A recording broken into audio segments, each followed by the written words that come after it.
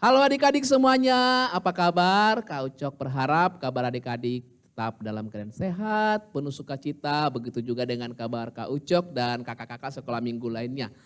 Tidak terasa ya adik-adik ya, sudah bulan Desember dan kita merayakan Natal tahun ini. Walaupun dalam keadaan seperti ini, masa pandemik, tetapi Tuhan masih beri kita kesempatan untuk selalu merayakan sukacita, yaitu kelahiran Tuhan kita, Yesus Kristus Juru Selamat kita yang hidup.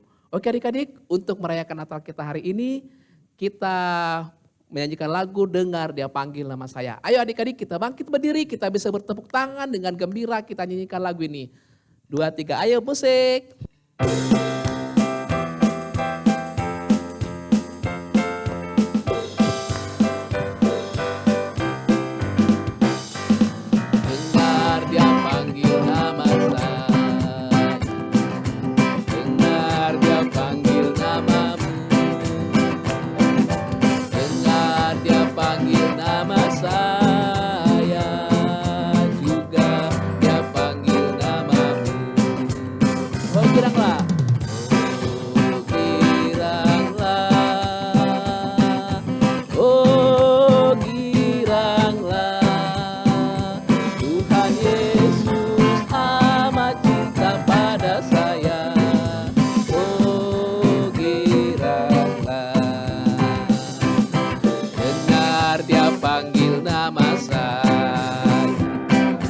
Dengar Dia panggil namamu,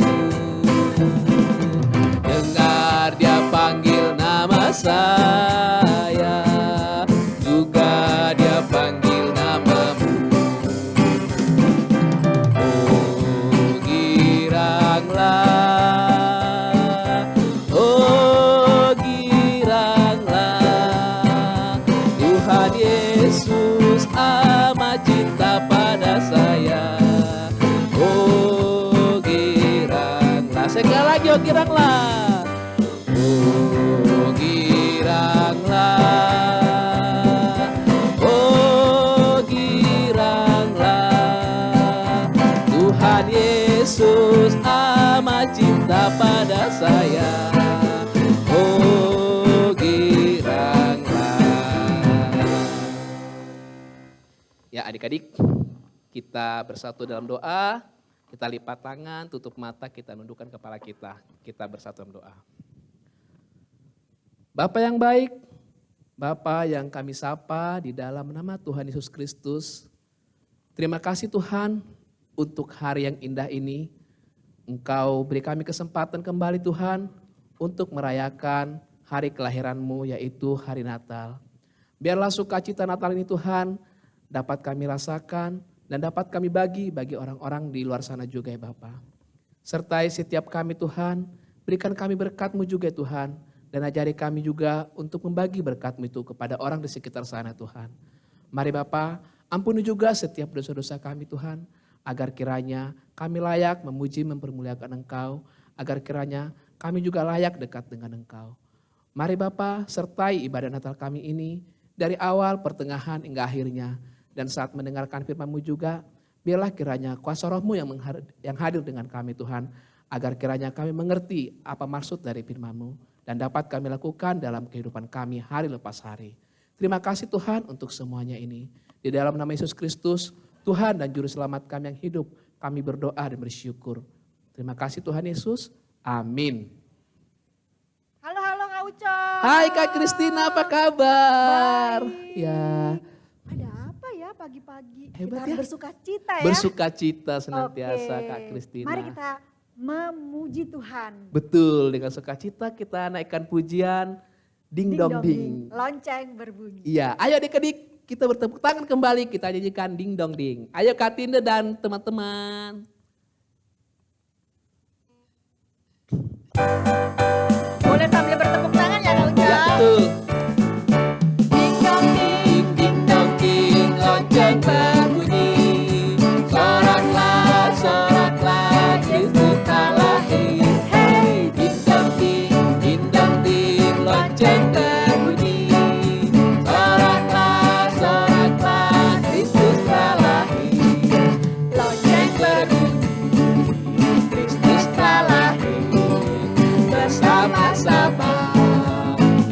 sambutlah, mari bersama kita bersuka, karena hari Natal telah tiba. Hey, ding dong ding, Ding dong ding, lonceng berbunyi. Soraklah, Kristus telah lahir. Hey, ding dong ding, lonceng berbunyi. Soraklah, Kristus telah lahir. iya ya Kak, Ya betul, lonceng sudah berbunyi. betul, Kita semua bersuka cita betul sekali Kak meskipun Kristina. kita merayakannya di rumah saja ya. Betul Kak Kristina. Wah, Kak Uco benar. Karena hari ini kita mau bersuka cita karena Kristus lahir buat kita. Betul, buat kita dan buat orang-orang di luar sana, Oh, buat iya. orang semua ya Kak Kristina ya. Kita akan nyanyikan pujian berikutnya adik-adik. Yuk kita bersuka cita bersama Kak Tine dan teman-teman.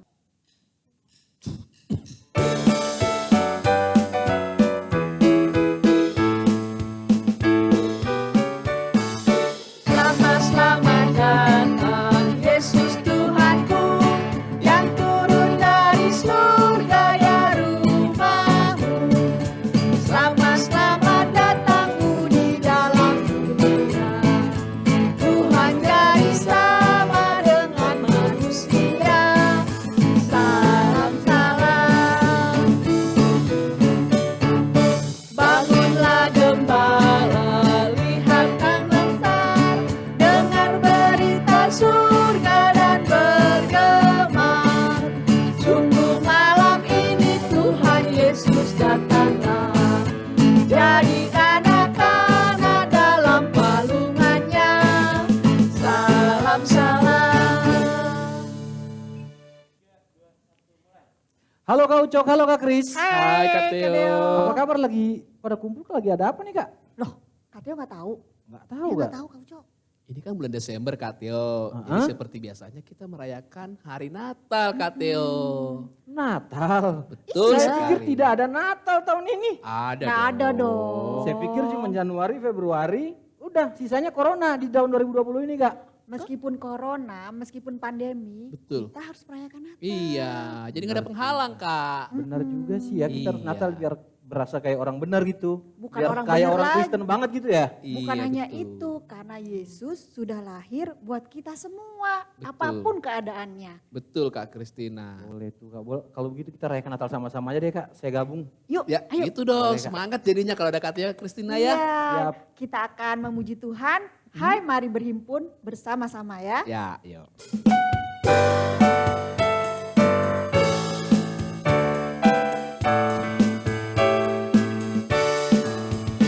Hai mari berhimpun dan bersukaria. Hai mari semua ke Betlehem. Lihat yang lahir, Raja bala sorga, sembah dan puji Dia, sembah dan puji Dia, sembah dan puji Dia, hai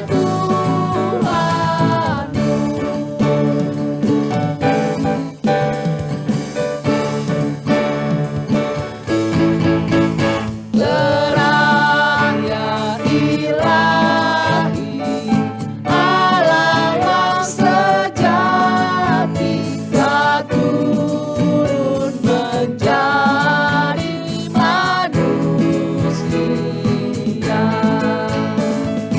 Allah sendiri dalam rupa insan, sembah dan puji Dia, sembah dan puji Dia, sembah dan puji Dia, hai Tuhanku. Sembah dan puji Dia, sembah dan puji Dia, sembah dan puji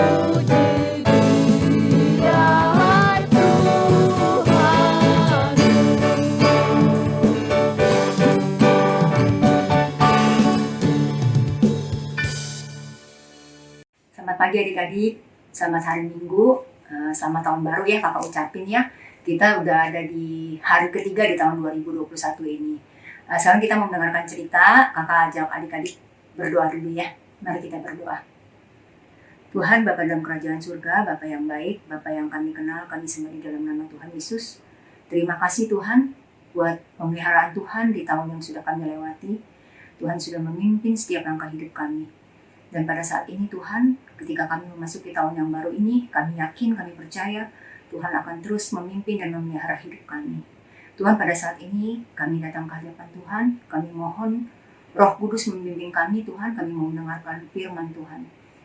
Tolong Tuhan buat kami mengerti kebenaran firman Tuhan, buat kami melakukannya Tuhan, sehingga hidup kami boleh bertumbuh dan berbuah pada waktunya. Tuhan berkati juga Kak Ekim, supaya apa yang disampaikan, semua itu seturut dengan kehendak Tuhan. Tuhan, kami mau serahkan jam ke depan ini cuma dalam tangan Tuhan saja. Dalam nama Tuhan Yesus kami berdoa, kami bersyukur. Amin. Ya adik-adik, pada zaman dulu adik-adik, kalau seorang raja mau datang ke suatu tempat bertemu dengan rakyatnya, biasa dia akan menyuruh seorang pengawal datang ke tempat itu dan kasih tahu kepada rakyat di situ bahwa raja mau datang, raja mau bertemu dengan rakyatnya. Nah, rakyat ketika mendengar pemberitahuan ini dari pengawal ini, biasanya mereka bersiap-siap adik-adik. Pasti senang ya adik-adik ya, kalau rajanya mau datang ke tempat mereka. Mungkin mereka bersiap-siap menghias rumah mereka, membersihkan rumah mereka. Mungkin kalau jalanannya rusak juga mereka benerin adik-adik ya. Nah adik-adik, Raja segala raja, Juru Selamat kita, Tuhan Yesus, sekarang waktunya juga mau bertemu dengan orang-orang Israel. Sudah waktunya Tuhan Yesus mau melayani dan mengajar. Nah, siapa adik-adik yang diutus oleh Bapa di surga untuk membuka jalan bagi Tuhan Yesus ini? Siapa yang diutus oleh Tuhan Yesus bertemu dan berbicara lebih dulu kepada orang-orang Israel ini? Nah, yang diutus adalah seorang yang bernama Yohanes. Adik-adik mungkin pernah dengar cerita Yohanes ya. Yohanes ini tinggalnya di padang gurun Yudea adik-adik.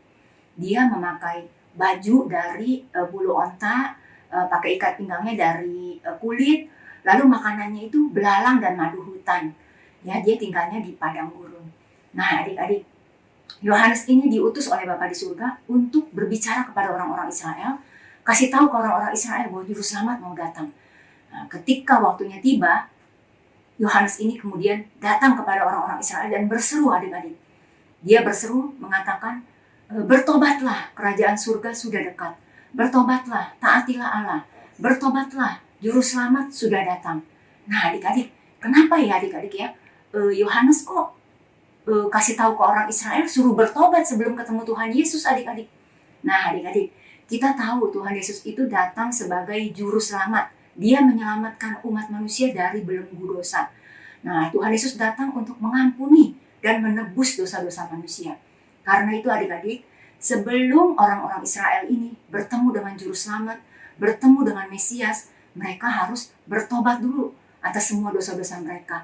Mereka harus mengakui kesalahan mereka dan berjanji tidak mau melakukannya lagi. Adik-adik tahu ya artinya bertobat itu apa? Bertobat artinya kita nyesel melakukan sesuatu dosa, kita benci dengan dosa itu dan kita mau tinggalkan dosa itu. Itu namanya bertobat. Kalau kita melakukan dosa, kita menyesal, besok lakukan lagi. Itu namanya bukan bertobat adik-adik ya. Jadi pertobatan yang sejati itu kita tinggalkan semua dosa-dosa kita. Nah adik-adik, pada saat itu orang Israel sudah menanti-nantikan akan datangnya Juru Selamat. Mereka sudah tahu adik-adik, sudah baca dari kitab-kitab yang ada di Perjanjian Lama, dari kitab-kitab Nabi adik-adik, mereka sudah tahu. Di situ ditulis, dicatat bahwa akan datang seorang Juru Selamat yang akan membebaskan bangsa Israel dari perbudakan adik-adik. Dari perbudakan dosa ya adik-adik ya. Jadi ketika mereka mendengar Yohanes bilang, Juru Selamat sudah datang, wah mereka gembira, inilah saatnya. Sudah datang Juru Selamat itu. Dan ketika Yohanes bilang, sebelum bertemu, kamu harus bertobat dulu. Oh mereka semua mau adik-adik bertobat. Mereka menyadari bahwa mereka adalah orang yang berdosa, mereka menyesali dosa-dosa mereka. Mungkin dari mereka ada yang pencuri adik-adik ya. Mungkin ada yang suka maki-maki orang, menghina orang, semua menyadari segala dosa-dosa mereka dan mereka mau bertobat. Nah, adik-adik, apa buktinya mereka bertobat adik-adik? Pada saat itu adik-adik, semua orang yang mendengar suara Yohanes, mendengar seruan Yohanes dan bertobat, mereka memberi diri mereka untuk dibaptis adik-adik. Jadi pada saat itu mereka datang ke tepi sungai Yordan, di situ ada Bapak Yohanes, bertobatlah, kerajaan surga sudah dekat. Mereka datang kepada Yohanes, mereka menyatakan diri mereka bertobat, mereka menyesal dosa-dosa mereka, dan mereka dibaptis adik-adik. Banyak orang datang adik-adik ya. Berita ini menyebar kemana-mana adik-adik. Ada seorang nabi yang mengatakan bahwa Mesias sudah mau datang. Juru selamat sudah mau datang, kita harus bertobat. Jadi banyak orang yang datang ke situ dan memberi diri mereka dibaptis. Jadi Yohanes ini adalah Yohanes Pembaptis adik-adik. Dia dikenal sebagai Yohanes Pembaptis karena pekerjaan dia adalah membaptis orang-orang yang datang kepada dia yang menyatakan pertobatannya. Nah adik-adik, banyak orang yang datang ya adik-adik ya ke situ. Pada satu kali adik-adik ketika Yohanes ada di tepi sungai Yordan, dia melihat adik-adik, Tuhan Yesus datang juga menghampiri dia. Wah, Yohanes berpikir, mau apa nih Tuhan Yesus datang kemari? Tahu nggak adik-adik, ternyata Tuhan Yesus mau apa? Ternyata Tuhan Yesus juga mau meminta dia supaya dibaptis oleh Yohanes. Wah, Yohanes kaget adik-adik. Wah, jangan Tuhan, jangan. Yohanes tidak mau adik-adik membaptis Tuhan Yesus. Kenapa adik-adik?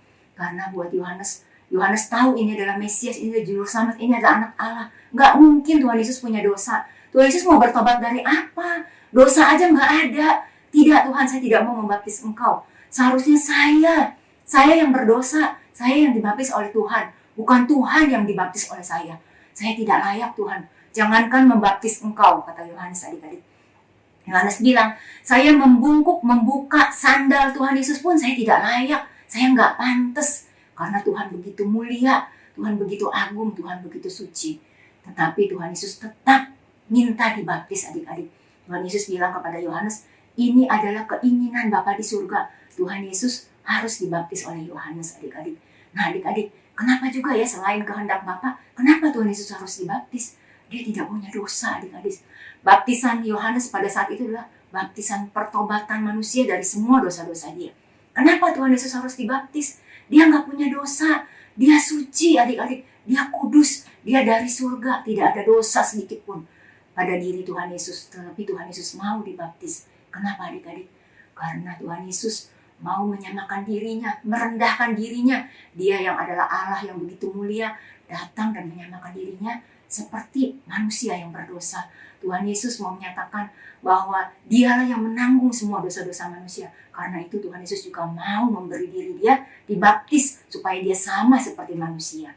Nah setelah mendengar itu adik-adik, akhirnya Yohanes pun mau membaptis Tuhan Yesus. Tuhan Yesus turun ke sungai Yordan, kemudian Tuhan Yesus dibaptis oleh Yohanes.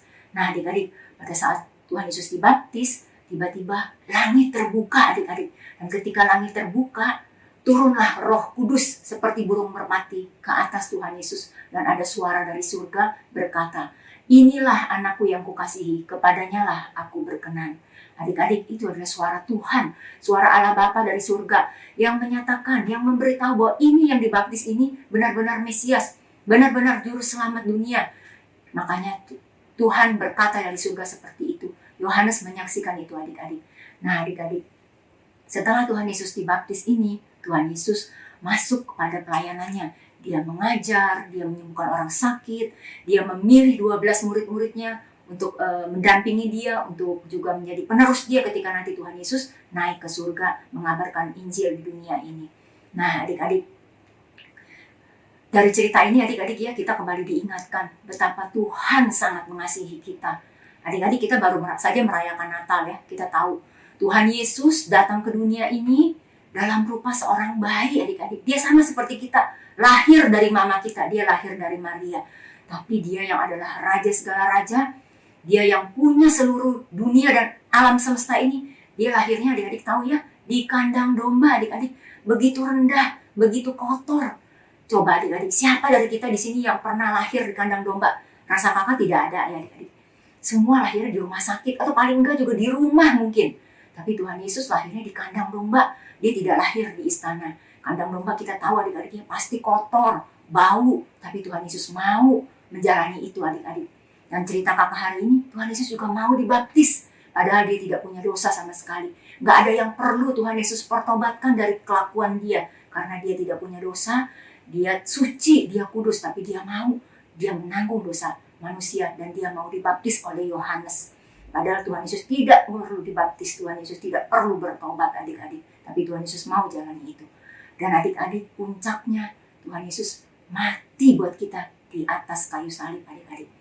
Adik-adik, pada zaman itu orang-orang yang mati di atas kayu salib itu orang-orang yang jahat adik-adik, penjahat. Nggak ada orang benar yang matinya disalib. Yang mati disalib itu pasti penjahat. Adik-adik ingat juga ya waktu Tuhan Yesus disalib, sebelah kiri dan sebelah kanannya Tuhan Yesus itu dua-duanya penjahat. Jadi Tuhan Yesus dianggap sebagai penjahat disalib.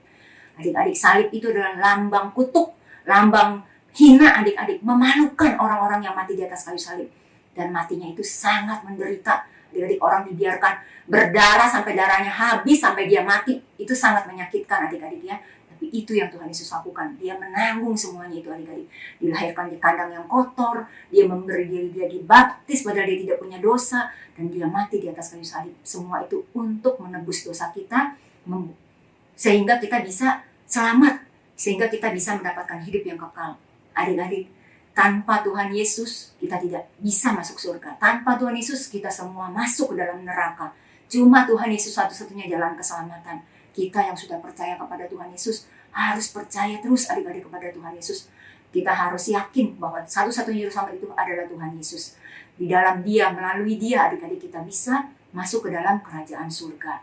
Nah adik-adik, kita tahu ya adik-adik ya, Tuhan begitu mengasihi kita, Tuhan sudah datang dan menebus dosa-dosa kita. Tuhan mengasihi kita luar biasa. Apa yang harus kita lakukan adik-adik? Apa yang harus kita lakukan sebagai orang-orang yang sudah menerima Tuhan Yesus? Kita sudah percaya kepada Tuhan Yesus. Apa adik-adik yang harus kita lakukan? Adik-adik, kakak mau bacakan satu ayat ya. Dari Matius 22 ayat 37 dan 39.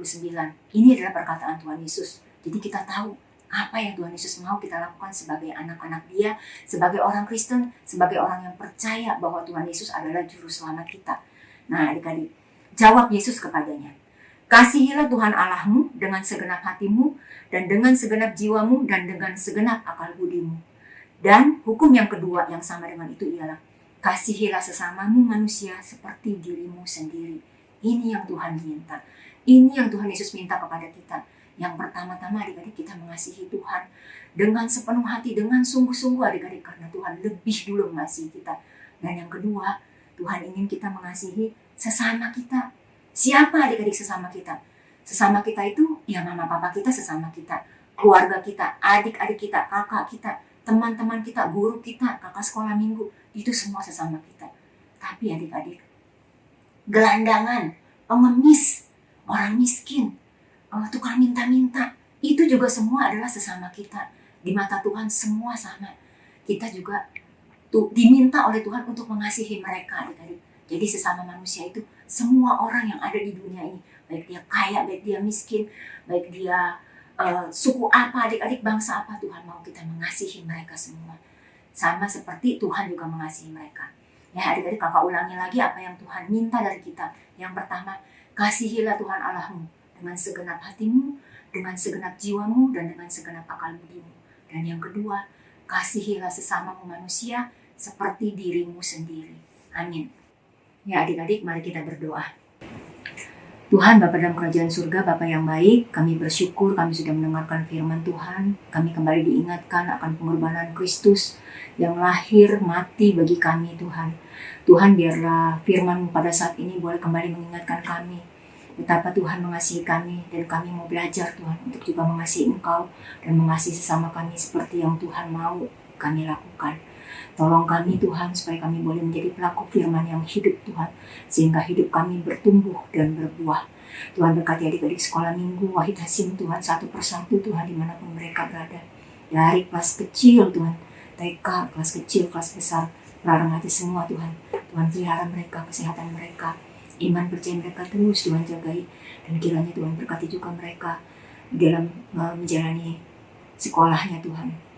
Tuhan berkati juga adik-adik bersama dengan keluarganya. Tuhan berdoa juga buat semua kakak-kakak sekolah minggu dimanapun berada. Memberkati satu persatu dengan segala masalah, persoalan yang dihadapi Tuhan. Tuhan beri kami semua kekuatan melewati apapun juga.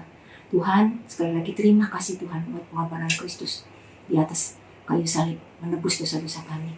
Dalam nama Tuhan Yesus Kristus, Tuhan dan Juru Selamat kami yang hidup, kami berdoa dan bersyukur. Nah, adik-adik, ceritanya sampai di sini. Kakak sekarang mau bacain ini adik-adik ya, catatan ibadah minggu hari ini buat adik-adik yang memerlukan buat agenda sekolah ya. Hari ini tanggal 3 Januari 2021, temanya adalah Tuhan Yesus dibaptis. Bahannya diambil dari Matius 3 ayat 13 sampai 17. Adik-adik bisa baca cerita Tuhan Yesus dibaptis oleh Yohanes Pembaptis di pasal ini adik-adik ya. Nah, tujuan dari cerita ini adalah kita menyadari kasih Tuhan begitu besar. Karena itu, kita mau belajar mengasihi Tuhan dan mengasihi sesama. Ayat hafalannya adik-adik diambil dari Mazmur 86 ayat 15. Bunyinya seperti ini. Tetapi Engkau ya Tuhan, Allah penyayang dan pengasih, panjang sabar dan berlimpah kasih dan setia. Kakak ulangi ya buat ayat hafalannya ya. Mazmur 86 ayat 15. Tetapi Engkau ya Tuhan, Allah penyayang dan pengasih, panjang sabar dan berlimpah kasih dan setia. Ya adik-adik sampai di sini dulu, ibadahnya masih mau dilanjutkan. Kakak serahkan kembali kepada kakak yang bertugas sebagai MC pada minggu ini. Terima kasih adik-adik.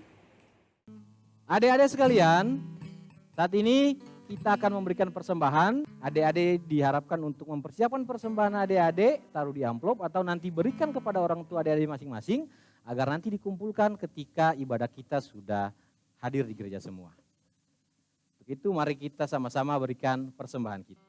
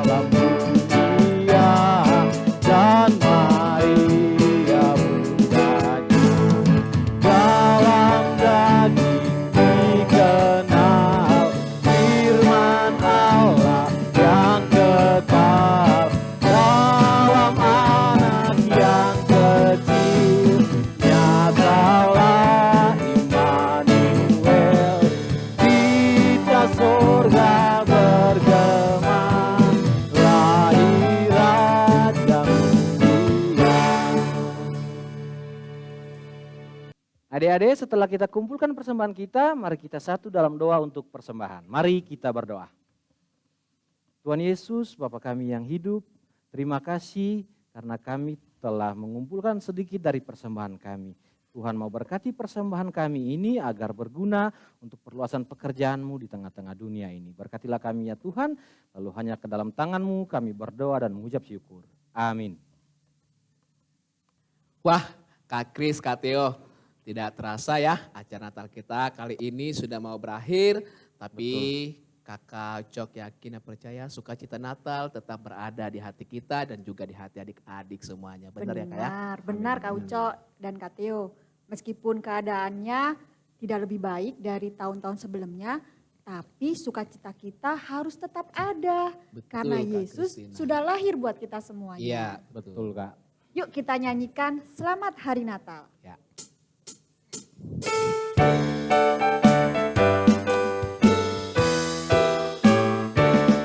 Selamat Hari Natal, selamat Hari Natal, selamat Hari Natal dan Tahun Baru. Selamat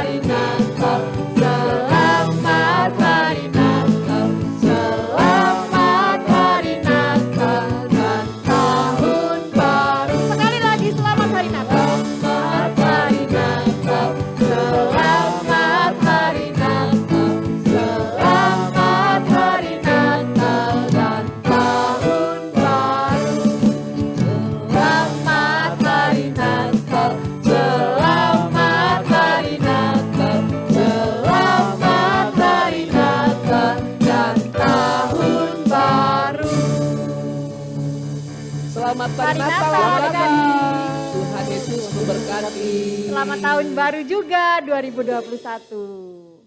Dadah.